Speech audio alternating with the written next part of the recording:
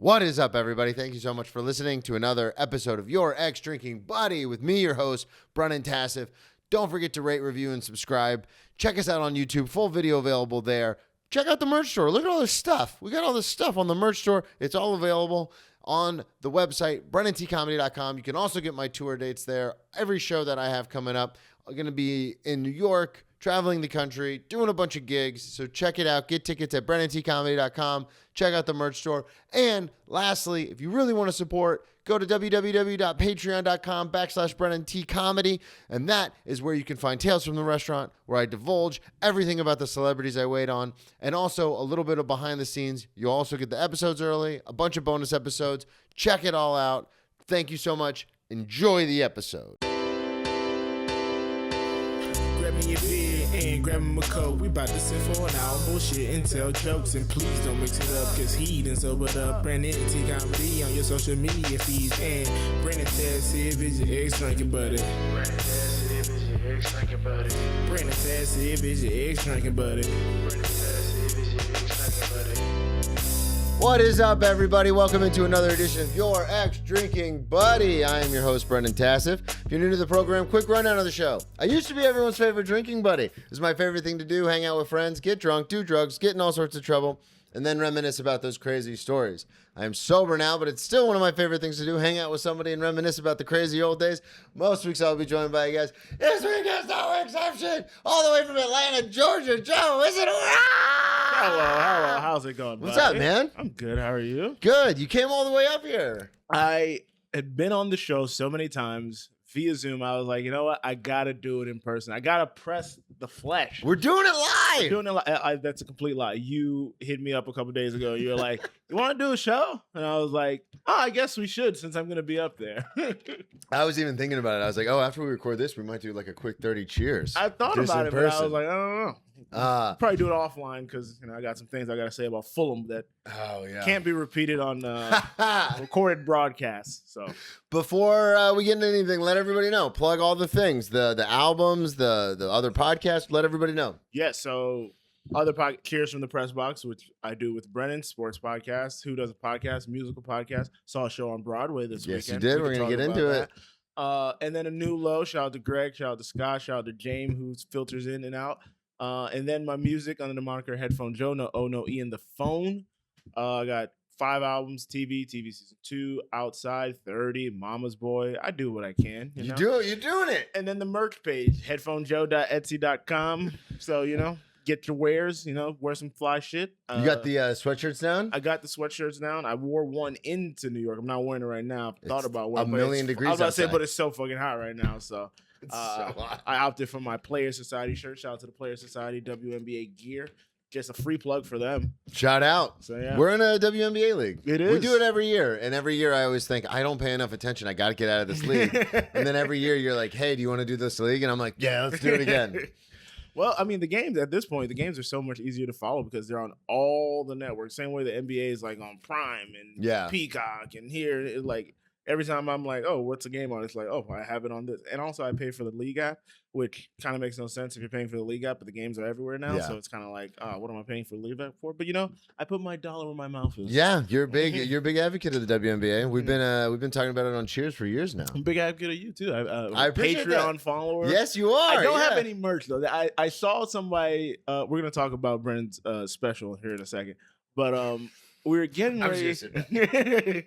We were getting ready for the show. We went to. Can I give a plug to the restaurant? Yeah. Honey Fits. Yeah, Shout that's out to where Honey everybody Fits. was at. Yeah. We were all meeting up there, and there was a guy with the shirt, and I was like, man, none of us got this merch. Like, why are we like we support in other ways? Obviously, we flew up here. Yeah. But I was like, I need to buy a shirt eventually. It's too long. It's funny. That's my brother-in-law, and that was not a gift. He went on the went site in and got it. person. Yeah. Nice. Because and it was the same thing that was happening with the special taping. So you and your wife were kind enough to fly up. Greg and his wife, who Greg was just on the podcast before we shot the special. So him and his wife flew up. Scott came up. All these people from the New Low Network, which we talked about on Greg's episode a lot. Everyone came up, which was incredibly supportive to me because no one in my family came up. But so that wasn't your mom, Nicole. Was that like the manager at the restaurant? that was Courtney. okay. So stage left, It was one of our regulars, Nancy, and then next to her was Courtney, and then behind them was Jason, the bartender, and then next to them was Brian. So you've heard all these people in the abstract, but they were all there. I was gonna say it was funny because you were doing the cool moms bit, and then you said that was you're not Nancy. gonna like, and I was like, is that his mom? No, that was one of the regulars that we have. Okay, and she's a bar regular, but she has a son, and it's so funny because she comes in and she has a couple of drinks, so she got all excited when I said "cool mom," and I was like, derogatory, not complimentary. It's derogatory. But yeah, so you guys all flew up, and then but it was the same thing with the show. Was people were asking me for tickets, and I was like, oh, here's the link. Yeah. Because my whole logic with it is like, if someone just gets it for free, then they're not gonna less care. likely to go. Yeah, well, there's less investment. To do the and thing. I know this to be true because of the 9 o'clock show. Matt, the headliner to it, Matt Fulshron, his wife was like, "Oh, I have friends in New York. Do you have like a promo code or something? And I'll convince them to come." And I gave it to him. And then one of her friends was texting through like 3 different bits. Oh, geez. And I was like, this is why we don't give the tickets away for free. But yeah, so it was awesome. Everyone came up, and I was terrified because this was something that had been building for a while. Yeah. But there was many years in the making. Yeah. Since you were a boy watching Comedy Presents. Yeah. Comedy Central Presents. Talk about. Every time I bring that stuff up, I'm always like, just as I had to talk about this stuff. I bring this up too much. But let's talk about you. You and your wife fly up to New York. Yes. You've been to New York before, obviously. Have you been to New York before? Okay. She had been, the last time she'd been when she was like a kid. With her family. So this was her first adult trip to New York. So, I do separate it that way as well because I came up here when I was like 14 with my family, but I always like to say, well, my first time in New York as an adult, just because it's a lot different when you're like, going on the subway by yourself and you're like, I don't know how to get out of here. So what we do? What would take us through? What happened? So, we landed Friday night. Went straight to the hotel. Jesus Christ. I'm in your situation now, by the way. What do you mean? You dealing with the flies? Yes. Oh man. You got it. I'll tell you how to get rid of the flies later. But went to my cousin's place, not a hotel. Went to my cousin's place because we crashed there. And then ended up kicking it with him till like 2 a.m. Having a couple tequila sodas. Watched the end of the Spurs game that night. Spurs destroyed the Timberwolves. Yeah, that was. Remember, like last week when we were like, the Timberwolves might be in this. Might have a shot. Then Wemby came back and was like, no. Then the next day we went to go see family. So my cousin let me hold his car. Thankfully, so I think I told you originally he was supposed to be out of town. Yeah, that's what I thought. He was going to be in D.C. So then, I think a week or two ago, he was like, those plans fell through. I'm going to be in town, but you can still stay here. I'll just sleep on my couch. And I was like, all right, cool. And then a couple days ago, I hit him up. He was like, what do you got planned for the weekend? I was like, I was planning on seeing our aunt on Saturday morning and then coming back probably. And then we're going to head over to Broadway. He was like, how are you going to get to Long Island? Because that's where my aunt stays. And I was like, I'll take the LIR. And he was like, I don't know if you're going to be able to take the LIR. Suspended. And I was like, well, I did see something about a strike, but that's not going to, he was like, it might not, but I got a car. You can hold my car. And I was like, you sure? I was like, gas and everything. He was like, nah, you're good. I was like, okay. LIR was on strike. So it wouldn't have been able to take it. It was the same thing happened to me when you were talking about flying up. Because it's just when you're not in it every day, you just don't even think about it. Yeah. And you're like, well, I don't know, with gas and the prices. And I was like, what price? Like, just. Well, it was that. But then it was also like when you first mentioned it to me, DHS was on strike. Yeah. So it was that's because you were like, I don't know if you know. 3-hour lines and everything. I was like, I don't know if you know, but between the strike, the lines, and then the prices were skyrocketing because of the fuel costs. But because, I fly often, but when I'm not flying, I just assume it's just like how it was. Obviously. So I was nothing's changed. Yeah. It's like how it was like 2 months ago. I flew like 3 times 2 months ago. And you're like, no, actually a lot has changed in 2 months. Much has changed. And it's the same thing with the public transit because Tracy and I live here. So a lot of times it's really inconvenient for us. But I never think about like, if someone's just here for a weekend and a certain train is down, like that's it. Yeah, that's like going to screw up your whole weekend. It's the same thing that happens when I have friends who are comics that come into town. And they're like, oh, let's go to the cellar. And it's like, oh, they're shooting a movie there. So it's like closed tonight. Yeah. I was like, we'll go tomorrow. And they're like, I leave tomorrow. Like, this is the only time in my life I have the opportunity to go to the best comedy club in the world. Yeah. One opportunity. One shot.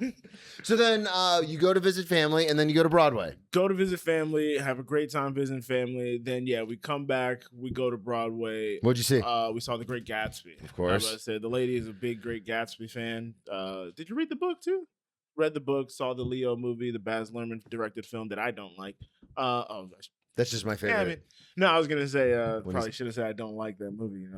I want to get in the industry. Maybe Baz hears this, and now I'm just excommunicado. No, it's fine. It's not my favorite. You got other movies I like. He has no other movie I like. You sound like me when I'm talking about bookers. And then someone's like, yeah, no, they heard you on the podcast. And I was like, oh. Don't worry. Like, in 20 minutes, I'm going to ask you to cut this.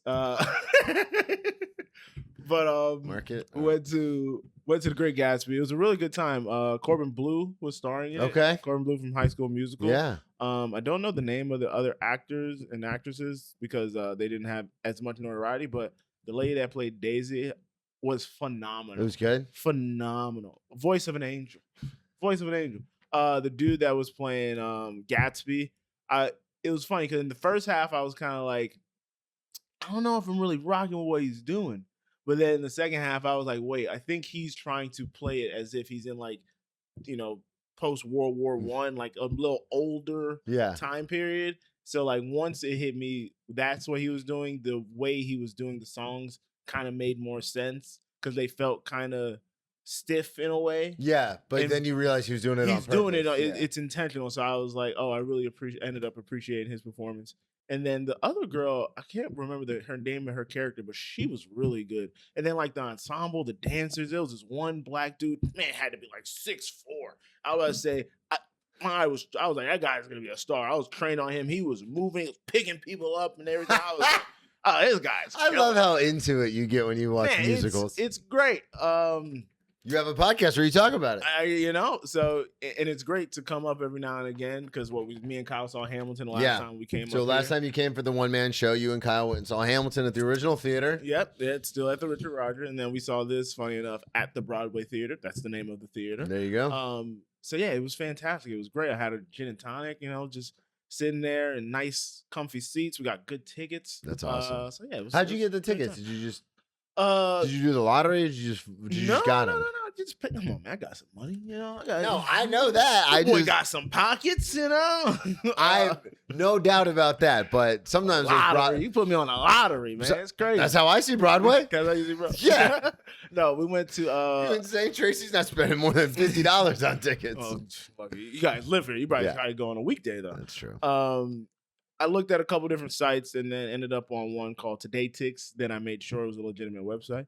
I got good seats. We were gonna sit, I think like further back in the mezzanine, and then like I think it was like, hey, or you could sit up here for like $20 more. I was like, put me in the orchestra. That's Uber and Lyft get me on that because I'll be like, no, I want to do the cheap ride. And then it pops up. It's like for $3 more, you could do Comfort Plus. And so I'm like, yeah, it's only $3. And then I swipe it. And then it's like, for $8 more, you could do Black. And I'm like, yeah. And then I swipe it. And then I was like, I just paid an extra $18. Somehow you're in a limousine. Yeah. It's like, what did I do? But I looked at the lady. I was like, how much are you willing to, what's our budget? She was like, she gave me a number. And I was like, put me in the front, sir. We're going to the orchestra. I was like, give me my jacket.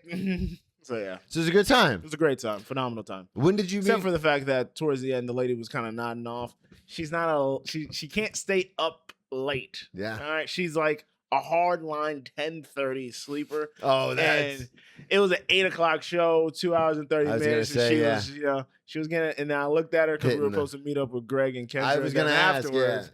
Yeah. And I looked at her when we got out onto the street. I was like, so you want to meet up with them? And she just looked at me with her puppy dog eye and she said, no. Did you end up meeting up with them? Or you that just night, went back? No. I was like, because we had to go back to Brooklyn. And I was like, am I really about to take her back to Brooklyn? And then come back. Around? And I was like, I'm kind of tired too.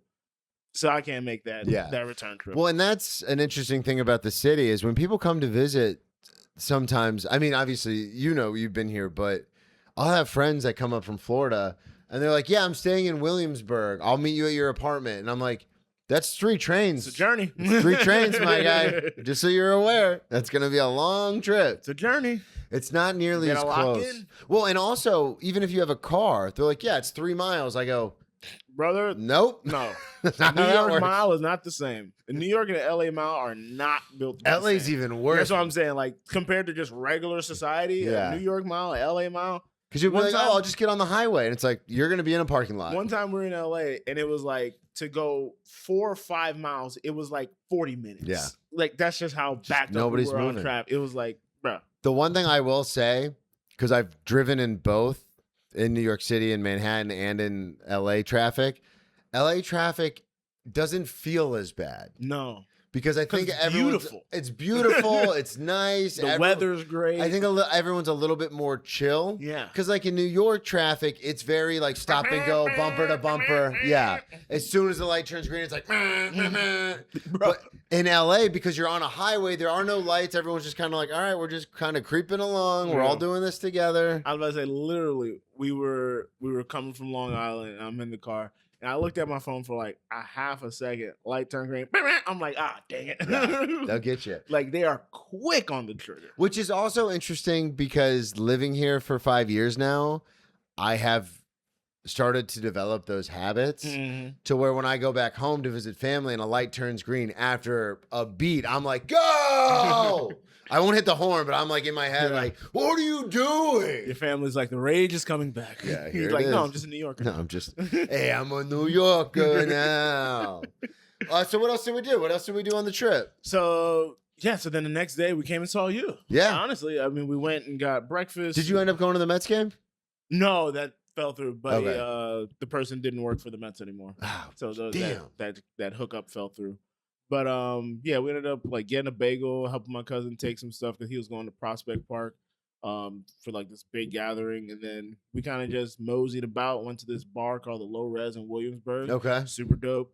Then we went to a Japanese market, got a hot bun, got some pocky. It's insane all the different markets. Yeah, I would say you just stumble across all these gems. And then we hit the train, came up to Honey Fitz, and I would say, but the journey to Honey Fitz actually was quite harrowing. So we got down. So the thing is, the day prior when we were going to Broadway, I was like, it's been a while, obviously, since I've been in the town, so I kind of forgot how the trains maneuver. So then I think a first train came, but it was on the wrong side. It was like an N, but it was on the wrong side. Yeah.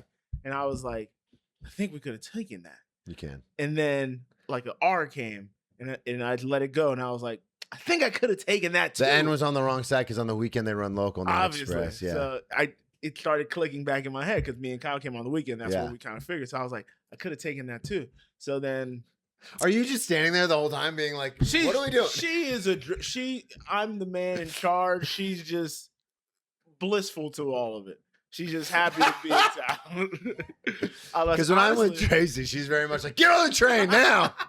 I was say the funny thing is when we were walking after the show, we were walking with Greg and Kendra and Scott, and they were leading because Greg and Kendra had to go back to the hotel, and I was like, I get it now. I was like, not being the person in charge and just like walking along. So often, great. So often when people come to visit, obviously this was a little different because I had the show to get ready for, but so often when people are like, yeah, I'm staying in Times Square or Brooklyn, it's like, I'll meet you. Like, because it's a lot, especially if it's their first time in New York, I'll be like, I'll get to you because it's a lot easier, like you said, to just follow somebody. Yeah, just follow somebody that knows what they're doing. So I was like, I'm not going to stand and let my opportunities pass me by. So it said I needed to get on the N, but I was like, looks like the N is delayed. And the Q is right here. So I hopped on the Q, jumped on the Q, and I was like, all right. I think it passed what the first stop would have been. And I was like, this train's running differently right now. Let me monitor the situation. So it got to 57th. And then I listened down and it was like, we're going to something. I was like, that's not, I was like, that's not where I'm going to be. So babe, let's hop off. So we hopped off and I was like, all right, the next train I'm getting on again.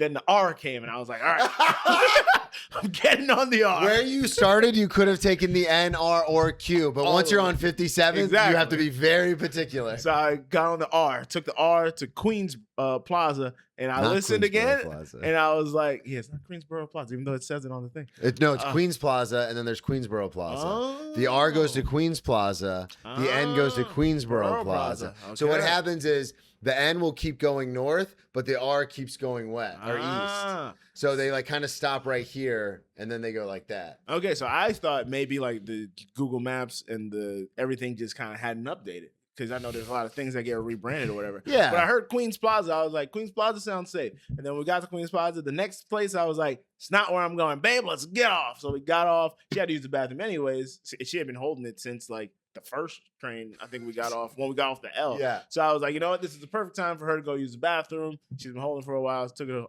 to the bathroom. Then I was like, all right, now we got to find an end. Like, we can't get to where we're going. Luckily, without getting on the end. Queensboro Plaza is not very far. It's like a 6-minute walk from Queens Plaza. So boom, did that, took that in, got to where we were in. I was like, I wasn't about to stand there and wait around. Yeah, this is a trick that I do sometimes, and obviously living in New York, I will jump on an express train going in the general direction that I'm going in, hoping I can catch a train.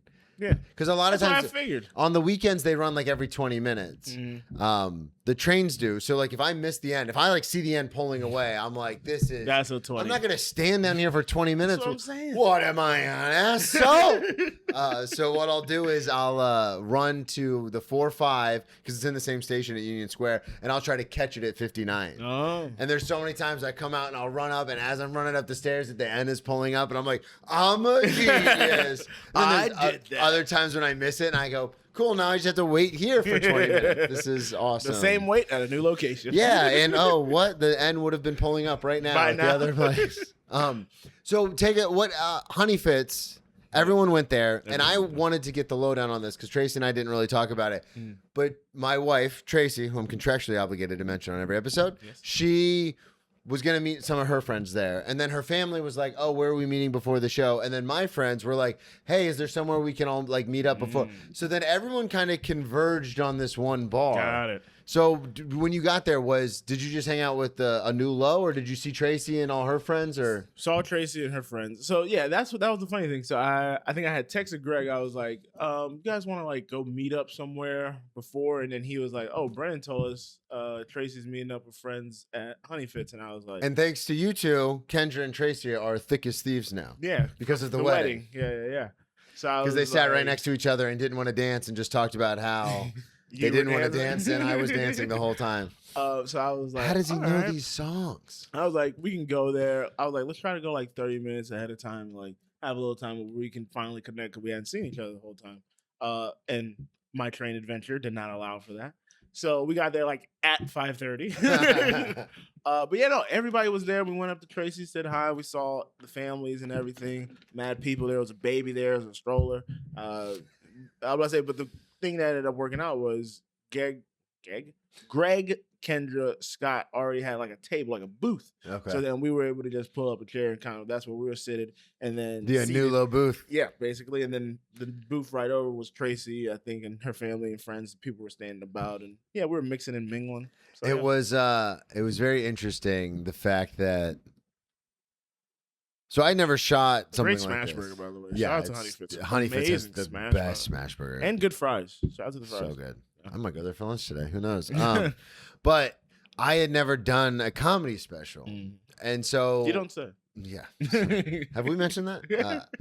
So it was very interesting because Sean, who's my photographer, I use him for as much as I can, he was like, hey, I want to get some shots outside. But when I saw you outside when I was doing sound check. Okay. So I was on the stage doing sound check, and I heard someone like try to pull at the door, and it was locked. It was great. And so I looked over, and I saw you through like the one little crack. I saw you like looking around like this, and I was like, oh, everyone's outside.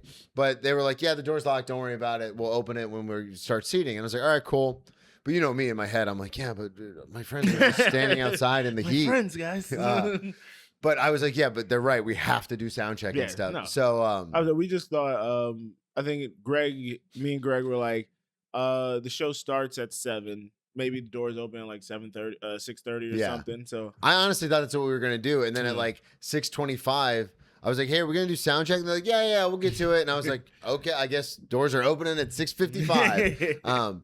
But then Sean was like, "Hey, I want to do some shots outside," and in my head, you guys would have did that beforehand. Well, so two things. One, I was like, you should have said this as soon as you got here. You got here at 5. Like, what? 5:30. What are we talking about? But then two, I was like, well, all my friends are outside. Yeah. So I'm not a dick. I'm not going to go outside and just be like, sorry, guys, no pictures, no hanging out. You could have done that. I know. We all would have understood. Yeah.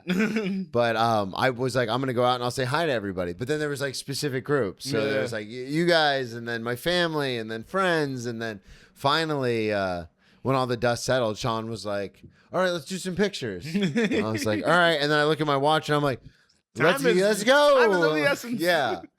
And it was so funny too, because at the end of it, I looked at my watch again. And I was like, "Oh shit, I got to go get ready." And he's like, "Yeah, man, sorry, it took a little longer than I wanted to." And I was like, "You're a professional photographer." But it's New York, Brennan. Time moves differently. I know it's really fast until it isn't. New York is a lot of hurry up and wait.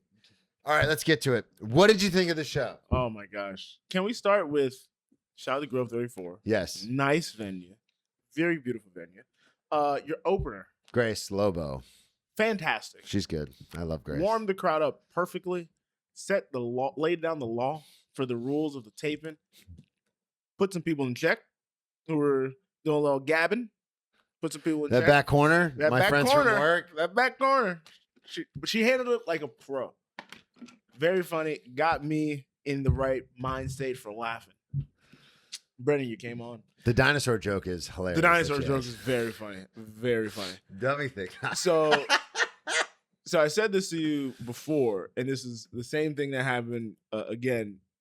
When me and Kyle came to the one-man show, it was like, we kind of had a side convo like, all right, so what if it ain't good? What do we do? And then we saw the show, and we were thoroughly entertained. And we were like, well, good thing we don't have to lie. So I looked at Ariel and I told her that story. And I was like, but what do we do? If it's not good. It's not good. What if it's bad? I was like, what if it ain't fun? And then 2 seconds in, I'm dying laughing. I had tears coming out of my eyes. My jowls are jiggling. I know I'm like sitting right next to Greg. I'm like, Greg kind of has to straighten himself out because I'm bumping up against him and everything. I had the time of my life. Good. And it's not, and I don't want it to be like, oh, he's your friend. Da, da, da.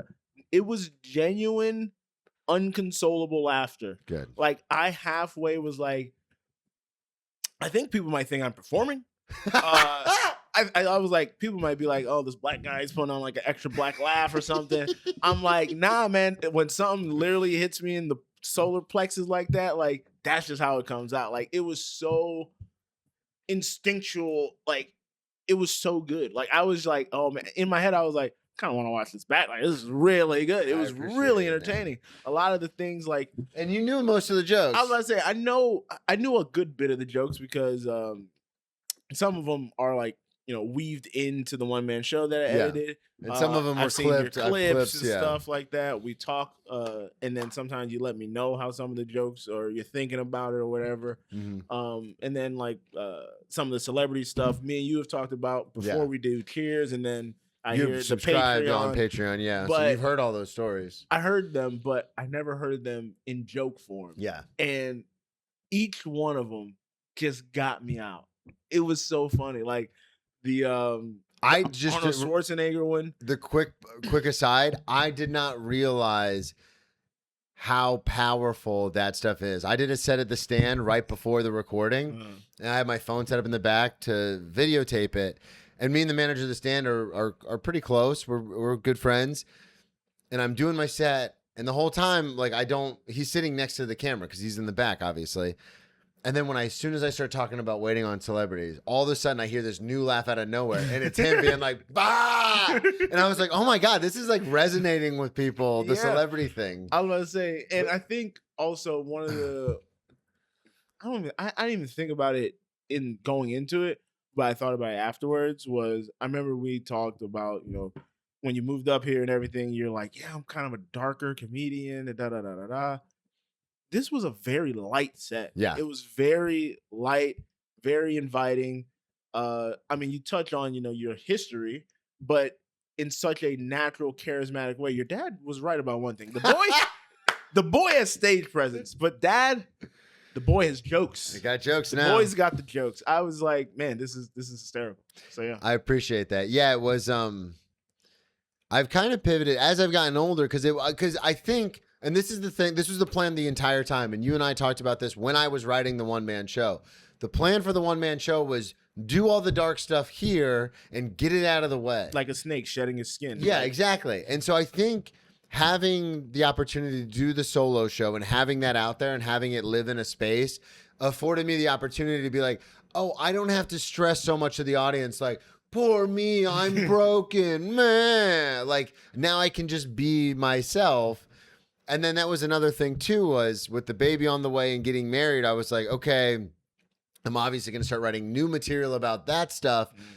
If I have to get on stage in 2 years and be like, doesn't matter how much you look like a cop, I'm going to lose my mind. So I was like, let's get rid of that. Yeah. And so it was a cool opportunity to kind of be like, yeah, let's just be done with it. And also the gym stuff, the waiting table stuff, the movie line stuff, it was all a lot lighter than before when I was talking about like cutting my face open and like, I had all these dark bits about suicide and I was like, oh, I'm dark and edgy and woe is me. And no, man, like now it's fun.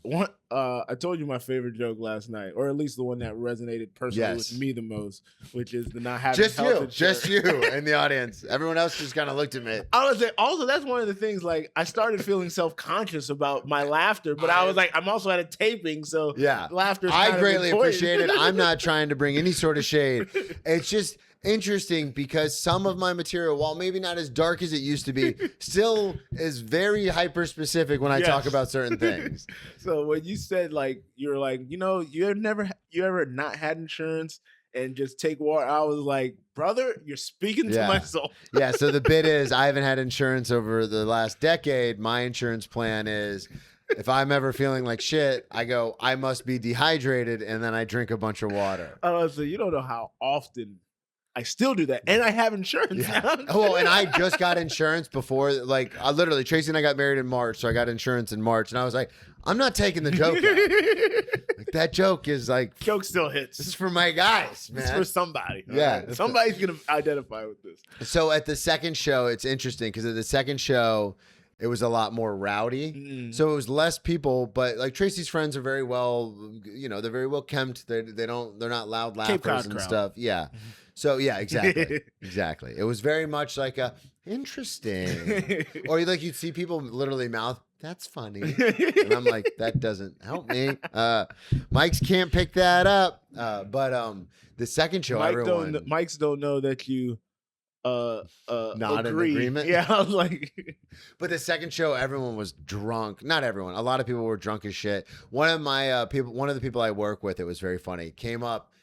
He had a couple of pops, and he did that thing where he put his arm around me and like brought me in, like he was gonna kiss me, and like to my ear. Is he bigger than you or smaller? No, I'm a little bit bigger than he is, but it was like one of these things where he was just like, when you're like how when athletes after games, Kobe will pull someone in real close and be like, hey, you're doing it, man. Keep doing it. He did that. He did like the equivalent of that, but it was at a taping in a comedy club. But he like put his arm around me and pulled me in real close. He's like, I just wanted to let you know that was genuinely so funny. I'm so proud of you. And I was like, yeah, thanks. Thank you. He came up, he was like, crush it in the next round, man. Keep doing it. Yeah. Right? Go chase that ring. But I got to because I started doing the pat on the back where I was kind of like, yeah. And exit. Because after like 30 seconds, I was like, I'm like hanging over a chair. Like, it's just getting kind of, but everyone was, and it was interesting because you were at the first show. Yeah. And after the first show, I remember speaking with you and a lot of other people there, and everyone was like, you got it. That's it. It's done. You got it. Perfect. It's in the can. It's in the can. Then all the professionals, like the people who own Grove 34, my director of photography, the photographer, even Matt, my headliner, a lot of them were like, Yeah, the second show I think is the one is gonna be like the primary show, and then you kind of edit, you know, how it works, and then you edit in from the first show, and I was like, no, no, because of the second show I was like, oh, I got it, so I was just dicking around, and sometimes that's what you need though. They were like, no, that made it better, and I go, I skipped like entire chunks of my act dicking around. I was like, I need those in the special. Well. We're gonna cut it down. It's gonna be 22 minutes. A solid 22. I have a friend of mine who was like, I was like, yeah, I'm shooting a special. Because I ran it 10 or 12 times just by myself. You know me. I walk around the city. I'm at the Met, and I'm just talking to myself out loud. Like, doesn't matter how much you look like a cop. National anthem. And people are looking at me like, oh, it's New York, crazy people. Because I was doing it without my headphones in, so I just look like a psycho. But every time I timed it, I was at like 54 minutes, 53 minutes, 57 minutes. So I was like, oh, I definitely have an hour, because when I'm doing it in front of people, I'll be pausing for laughter. And I didn't realize that when I'm not on stage, there's like something in my brain, and you have this too, I think, because we record a lot of podcasts. There's something in my brain that once record gets hit, I like click into like, all right, here we go. Yeah. Because when I'm walking around doing it, I'm like, no, maybe I should put that line there. Maybe I should flip that. You're self-editing. But yeah, I'm self-editing as I'm like walking around, which accounts for the extra 12 minutes. Yeah. Because then when I did it on stage, I did all my material that I had listed, only had to look at my set list like twice, and I had it taped on the floor, which was, I must say, one of my better moments. Because I had it taped on the stool, but it looked bad, like in the shot.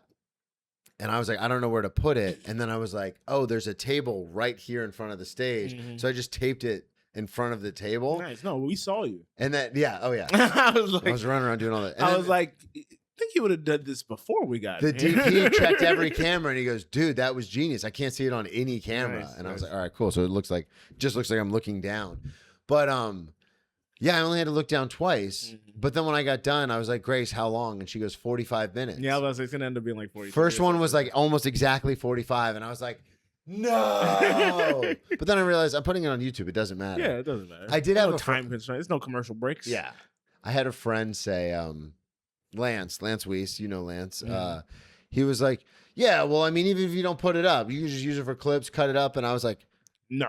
I spent thousands of dollars on this. This is not the one. This isn't a phone in the back of a set, like a long set, like where I'm just going to cut it up. This is the pro one. This is the one that I send to Netflix. Yeah, this is the thing.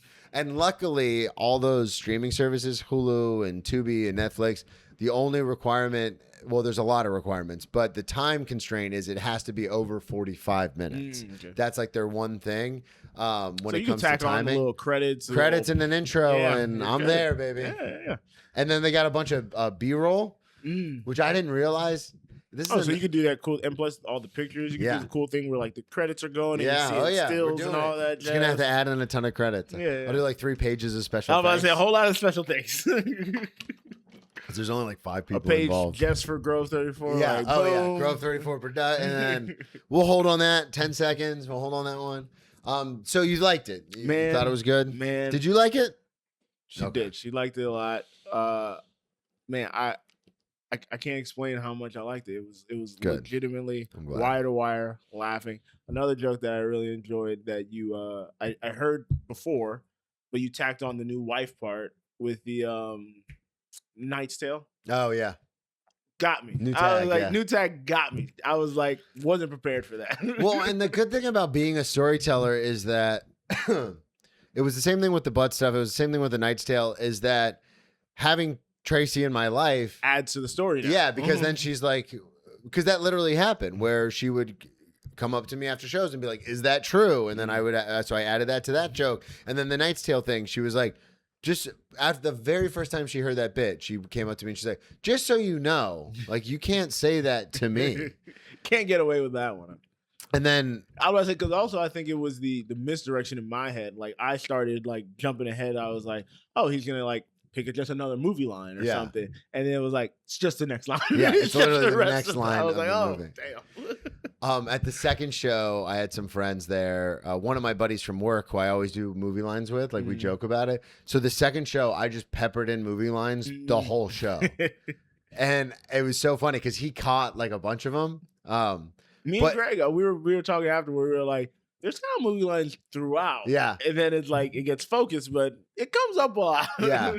Because sometimes there's so even in that line where I go because I the transitions were the hardest part yeah. because I have all these stories, but as a story-based comedian, transitions are incredibly important because if you do set up punch, people understand it's not conjoined. It's all just everywhere. But as a storyteller, you get people into the story and then you hit the punchline and everyone laughs and it's like, well, I can't just pivot to be like, And then on Tuesday, yeah, like a whole new scene. I mean, I guess I could, but I like to have it flow. So I thought of, I had no idea how I was going to get out of head through the car window into the rest of my set. Yeah. And that's not a closing joke because it's a little bit of a darker joke. And so I was like, I'm not going to close on that, but I need to figure out how to get out of it. And then it hit me. It's a line from the movie Dogma. Life is all about moments. Yeah. And I was like, so then I was walking and talking to myself and I was like, not my proudest moment. Life is all about moments. Boom, into moments. Yeah, and I was like, good. oh my God. Movie lines are everywhere in this thing.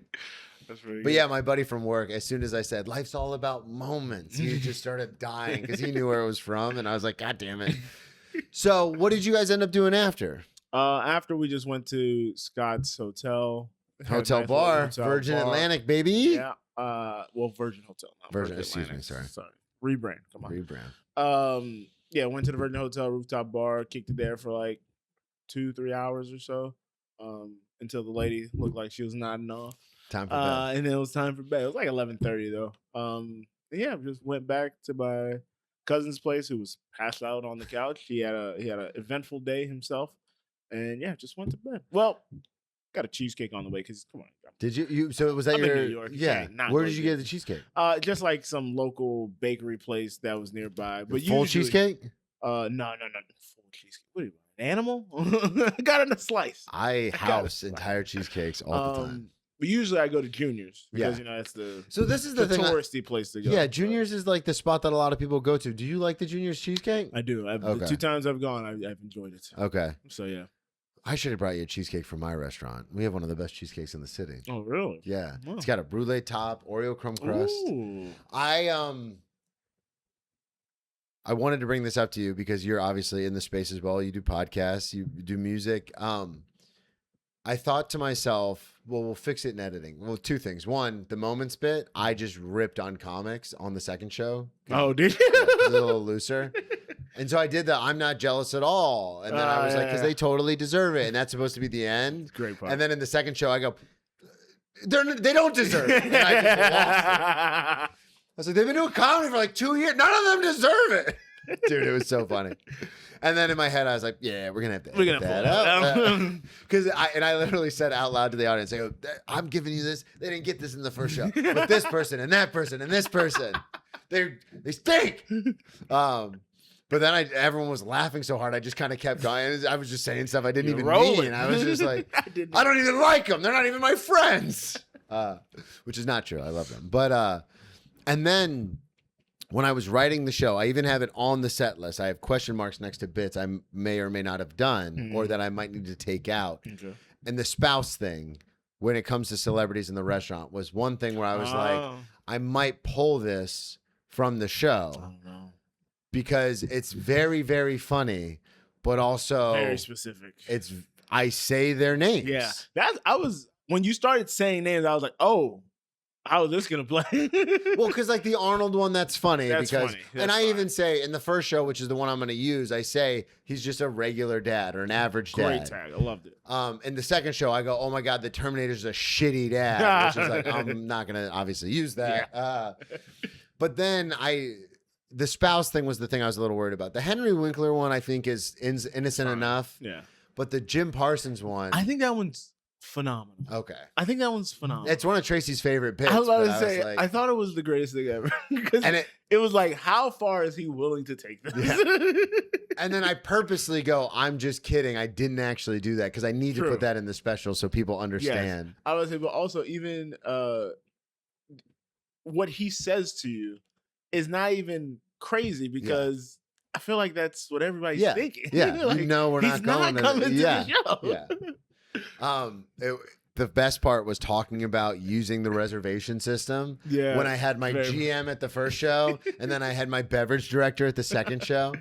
To be like, yeah, so I just go into the system. And I looked right at him and they were like, what? You can't do that. You're not allowed to do that. Oh, man. And I was like, and then so I'm a lead trainer at my restaurant and the other lead trainer came to the second show and he was like, that's not in the book. Good thing you don't say where you work. No. And also, two things. Don't say where I work. And also, they all know that I'm obviously kidding. Joking, Yeah. yes. Because they've seen me at work and they're like, I don't think he does that. I don't think he's ever been at the computer. Yeah. So. But Is that a phone? no, that's the buzzer. So when deliveries come in, they'll just hit all the buttons. Got it. If he hits it again, I'll have to get up and open it. Oh, okay. But yeah, so enjoyed the time in New York. Enjoyed the time. There was one other joke. One other joke that I really enjoyed. It was the perception is reality. Yes. That was hysterical. When you like, yeah, I just have my friends take a shitty picture of me here in New York, and then everybody back home was like, Brennan's crush. I was like, this is funny as hell. that was the thing. I wanted to avoid saying, because I needed to talk about the lead in, the transition for talking about to doing those bits was talking about how different Tracy and I's upbringing was. That was kind of the whole thing about it. But in my head, I was like, I don't want to keep saying the line, we're so different growing up. We're so different growing up. Yeah. So like, I was like, we come from very different backgrounds. Growing up, I had the cool mom. And then I was like, and then growing up, I was destined for show business. And then but then as I was doing the bit, I was like, oh yeah, that, like, it's not wrong to do that. It's just like, I had a whole like mental breakdown about, I don't want to do the hacky thing where I'm like, my wife this, my wife that, my wife this. But then I was talking to a friend of mine at work who loves stand-up, and he goes, yeah, but if you just say Tracy, that takes people out of who you're referring to. Because not everyone knows that Tracy is your wife. True. And I was like, oh, it's like Brennan and Tracy Morgan? What is he talking about? I'm getting everybody pregnant. And then it hit me and I go, oh yeah, the reason why so many comedians say my wife is because it resonates and immediately people are like, oh yeah, my wife this. Yeah. They do the connection. Yeah. Because I watched a special, very funny comedian that I really admire and look up to. His special, he says, my wife and I, and then says her name, and then the rest of the special refers to her as her name. And I was like, that was something I was thinking about doing for the special, but then I also realized when he did that in his special, it did create a disconnect. Because every time he would say the name, my brain would have to go, you have to make wait, math. Who was that again? Yeah. You got to do the mental leap. And I was like, wait, was that his wife, his sister, his mom? Who was that again? So I just did the wife thing. Yeah. But yeah, the perception is reality. I changed some things for the one-man show too. Obviously, I put my brother there, who was not there. I was like, I don't remember his brother. My brother was not there, and it was interesting. Definitely your dad. No, I have to mark that. Thank you. I did got the jokes now. No, yeah, it was very funny because I texted both my sisters and I was like, "Hey, this happened. That was a thing that did happen. Yeah. And it's the funniest part of the entire one-man show. But he's going to take it real personal if I put that in the special." Yeah. And so they were like, I was thinking about changing it to Ryan. That's my brother. I was thinking about changing it to Ryan. And they go, absolutely 100% you need to change it to Ryan. And then it also made it super easy to get into the nickname thing. Yeah. Because I was like, yeah, but I do love my brother. Did but transition really well. That's good. Dude, this was so much fun. So you liked it. Everything was good. You love New York? Love New York. Could not live here. I think I've passed my not even anything. Just I've passed my window of New York living because now we just moved into a house that we're renting and like the amount of space I got, man. It's just like I can't. You got a TV above your computer, man. I got a TV above my computer, man. I can't give it up. I got a yard. I got a smoker. There's just so much creature comforts that I've developed now. I'm like, I miss my window of opportunity. It is. Living in New York can be fascinating because, and I talk about it in the special, check it out. But it's right here. Like the video over, potentially. Yeah. But it's fascinating because I think I moved here right at 30. Or 31. But it was one of those things where when I first got here, as someone who grew up in Florida my entire life, I was like, this stinks. Yeah. Like, you guys don't even have a Walmart? Tough. Like, I have 3 different grocery stores. Brother, I'm at Walmart 4 days a week. We missed an episode of the podcast because I was at Walmart. Yes. I have 3 different grocery stores. I have 2 like legit grocery stores, and then I have 3 other markets. So 5 total places where I can buy food. I still have to go into the city to get steak. Tough. Because in New York, it's one of those things where they buy just enough, but there's so many people that they'll buy because they don't want it to go bad. Yeah. So they under order, but then the demand is so high for good stuff that I have to go to the Whole Foods in Manhattan because that's the only place where, because it's a corporate entity, they can buy so much steak and then space and everything like that. And they have so much space. And it's weird because I'm like, I remember I've never romanticized Publix more in my entire life than living in New York, where I was like, they had a deli counter and the people were nice and they were like, hey, you want to try? Is this good enough for you? Is this thin enough? I was a kid, they gave me free cookies. Yeah. And then up here, the guy, I'll be like, a half a pound of cracked pepper turkey. And then before I can say anything, he gets the cheap one, not the boar's head, and then he cuts it super thick, and then he's like, here you go. And I'm like, it thick? I want it thin. I want it gotta last. Yeah, I was like, well, yeah, okay, thanks. So that's like kind of the bad part. But then also there's obviously good things. Like I'll go to the cellar on a Wednesday and I'm hanging out with like some of the most famous comics in the world that are actually like, I know. And I'm like, yeah, don't get this in Jacksonville. You're not going to get that in Jacksonville. Don't get that in Jackson. It's not going to happen. But yeah, but I do love the city. There's just something, there's a palpable heartbeat in the city that's just like undeniable. There is an energy. And yeah, I want to be in the city, and I might be in the city a lot more. Because when I went to see the family was like, because technically all my cousins are like in their 60s and 50s. They're older. So like even the cousin I'm staying with now is technically my second cousin. It's the son of one of my cousins, technically, in the birth line thing. Yeah, Tracy has that because she has a lot of cousins that had kids. So then she'll be like, oh, I'm going to a birthday. And I'm like, just say your nephew's birthday party. It's weird to be like, my cousins, kids. I just say my cousins are my second cousin. My aunts are my first cousins. Because that's just how it lines up. And all of them were like, all of our kids are out of the house. So if you want to come and like stay at our house in Long Island, I'm like, yeah, it actually might be even better because I'd have more space. I don't have to kick my cousin out to the couch. Yeah, that's true. So I was like, and they were going on because a bunch of them live in Long Island, but they work in the city, and they've been working like in the city for like years, like 20, 30 years. So they're like, yeah, we would get off of work and then go see a show on Broadway. You got to see this show. You got to see this show. And I'm like, man, y'all just made me want to be here more and more and more. Like, I got to come one time. I'm just going to see Broadway shows. I'm not even going to talk to anybody. Like, I'll just be listening to Who Does a Podcast. I'll be like, wait, you were in New York? What happened? Be like, yo, he didn't even come by to see the kid. Like, It is a fascinating place because, and this is another interesting thing, is Tracy's been obsessed with this idea of like a house with a yard. Because she grew up with a house with a yard. And obviously with us having kids, it makes sense to get a house with a yard. Yeah. But the one thing that, sometimes people don't realize, especially up here, it's like, it's a huge trade-off between property taxes, getting into the city, all this kind of stuff. So my whole thing was like, you want a house with a yard? I'll get you a house with a yard. As soon as I sell the streaming rights for the podcast, we'll get the biggest house you've ever seen in Florida. And then we'll just commute back and forth. We'll keep the apartment here. We'll have the big house in Florida. It doesn't have to be big, but everything is bigger comparatively to this. Yeah, like when people come to my apartment, our apartment, they're always like, man, this is a huge apartment. I was just thinking, this is a nice size apartment. This isn't even 1,000 square feet. We have one bedroom.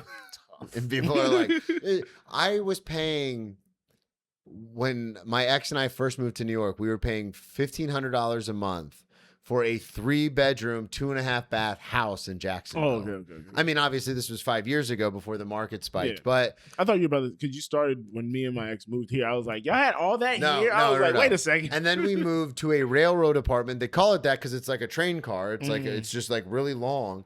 We moved to a railroad apartment in Midtown Manhattan, and we were paying $400 a month more for a third of the square feet. But we didn't have to drive. We didn't have to pay for gas. In Manhattan. I didn't even know what was going on with the fuel prices because I haven't been in a car in years. Right. Yeah. Tough for me. Yeah. Not gonna get into it because we be talking about it before Cheers. Sometimes too much, and it makes Cheers condense. But prices too damn high. Yeah, wasn't that one of the promises? Lower prices. A lot of promises. Not a lot of execution. Not a lot of delivery. Not a lot of execution. So, Dude, this was fun, man. Plug everything one more time. Let everybody know. I didn't even say my social handles. You can find me on the social places at Joe Isidore. You can find me on Letterboxd at Joe Isidore reviewing movies. Saw God Is God Is on Friday before leaving. Very good movie. It was a Broadway. Was it on Broadway or was it off Broadway? It was a play, and the person who wrote it and directed the play got to write and direct the film as well. Oh, that's awesome. So yeah, really good, really good. Sterling K. Brown is in it. Vivica A. Fox is in it. That thing that they did at the Oscars was awesome. That was so funny when they're doing the Casablanca bit. That was very good. I still reference it now because Tracy's always on her phone, and I was the one with Hitler. This is why movies have to do this now because of people like you. I love you, but you're a problem. Tough. She's she be just on the phone. It's like it reminds me of that scene in again quoting a movie line, Couples Retreat, where he's like, I don't want to point. Vince Vaughn is like, I don't want to point any fingers. We're in this all this together. You're a problem. You're a real big problem. But yeah, Joe Isidore on all platforms and Letterboxd, and then Cheers from the Press Box, sports podcast, Who Does a Podcast, musical podcast. By the way, I always got beef with Spotify. But for some reason, they didn't post our 100th episode and our 101st episode, and then they posted 102. Very annoyed. That's weird. Copyright issues? You would think, right? Yeah, that's what. But then I posted the 102, and I went on the Spotify creator page, and it was like 102 might have some issues, but it still got posted. Huh? It just didn't post. And Wow. Episode 100 was us revisiting Hamilton again. And then 101 was Merrily We Roll Along. So you can get that at nulo.co.com, or if you have Apple Podcasts or any other podcast platform. So it's on everything except Spotify. Everything but Spotify. Wow, that's weird. It's very annoying. They know I got beef for them, obviously, and they're taking it out on me in very different ways. Anyways, Anulo, the big show, as I call it, because it is what started the genesis of everything. Brendan has qualms about how it was started, but his version is Greg wrong. and I get into it. His version is wrong. Okay. Greg said my version was right, actually. Greg had my back 100%. The both of you are wrong. I have the best memory of all of us. And I said it to Scott and Kyle at like 2 a.m. You were never on at 2 a.m. You were tapped out. I was tapped out. You're a nice sober boy. You know, you're living your good life. You were driving back home, and then you would get home and you're like, all right, I'm about to put on a little burn nose and take a nap. But yeah, so... And all the music, Headphone Joe, on all streaming platforms, TV Season 2, Outside 30, Mama's Boy, headphonejoe.etsy.com. Check out the merch, get the wares. Brennan, you plug what you got, buddy. At Brennan T Comedy on all social media, BrennanTComedy.com. The special went great, as you heard. We're gonna have Grace Lobo on next week. And she's Nice. we're gonna do from her perspective as the opener, and then she has a couple other stories we're gonna get into. Thank you everybody so much for listening, and we'll talk to y'all next week. Boom. We did it. Did it. We did it.